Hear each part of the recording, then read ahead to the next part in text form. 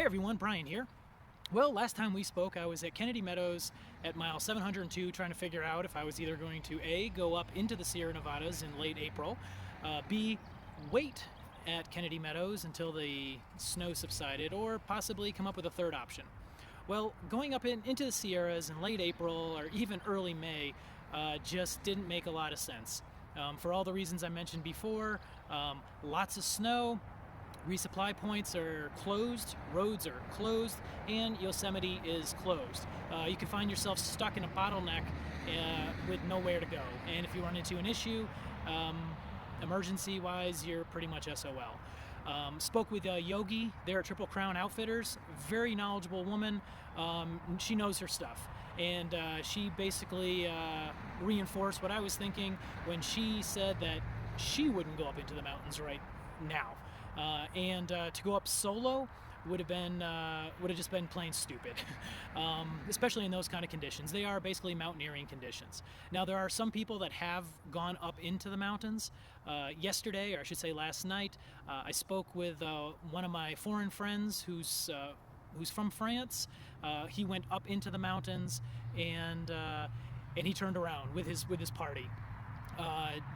And the main reason being something that I kind of foresaw, which was just not making enough miles to get through it without running out of food. And luckily they realized that pretty quickly. Going like 10 miles a day, they saw that they were going to run out of food, so they turned back around. And then they told other people to do the same.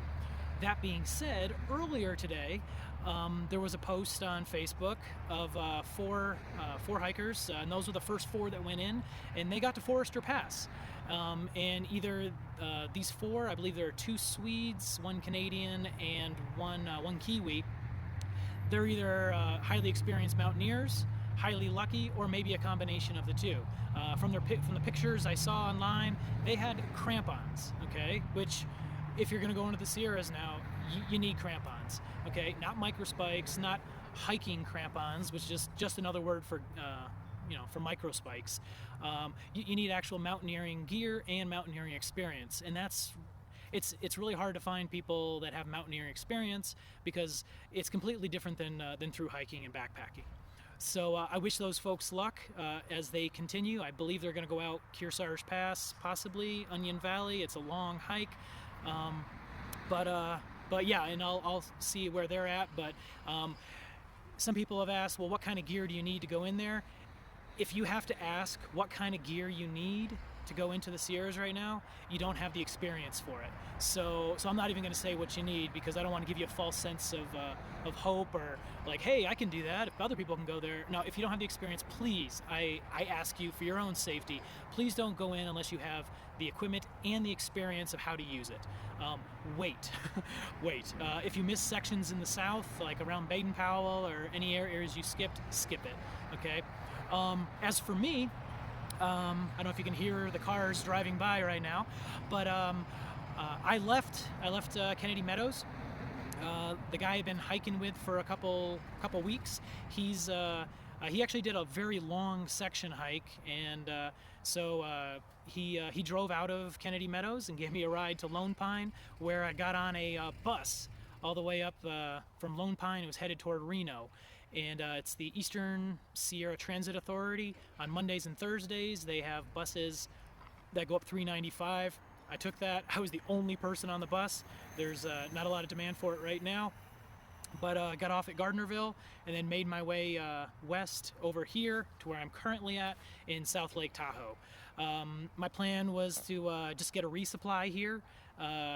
However, my stay kind of took a little longer than I anticipated. My resupply package was misdirected, and to make it even better, as soon as I got here into South Lake Tahoe, the SIM card on my cell phone went kaput. So I had to wait for a new SIM card to arrive, and of course then I did finally locate my resupply package, which I have here. I had some time to kill.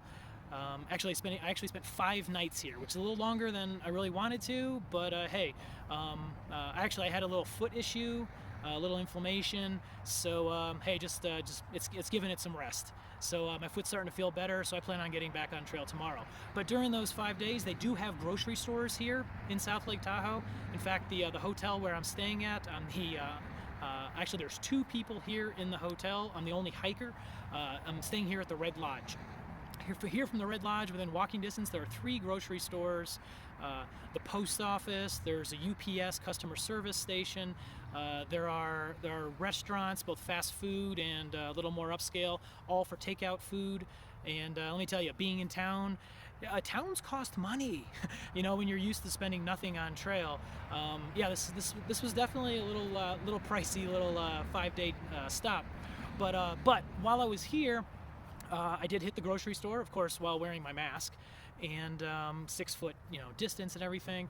Put together some resupply packages and mailed them downrange.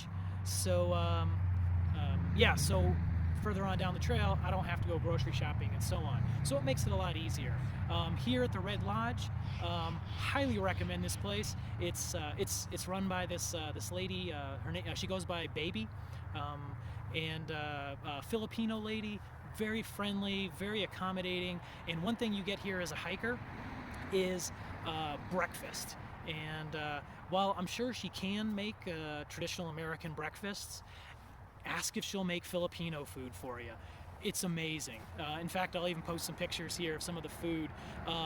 Meat, rice, eggs, and not just like bacon and eggs and stuff either. I mean, just like adobo, you name it, just really good food. And it's really great. There's also a hiker box here. Now, I'm the first hiker here in South Lake Tahoe for the 2020 season, but the hiker box still has stuff in it from last year. Check the expiration dates, of course.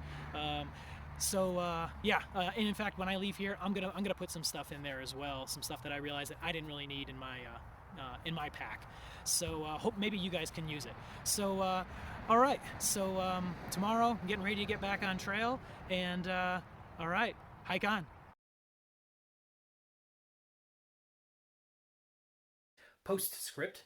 I just wanted to add that after reaching the northern terminus, I do plan to return and complete the sections that I did skip to include the Sierra Nevadas. This may involve getting a separate permit from the U.S. Forest Service for the Sierras, but hey, it's just the smart thing to do.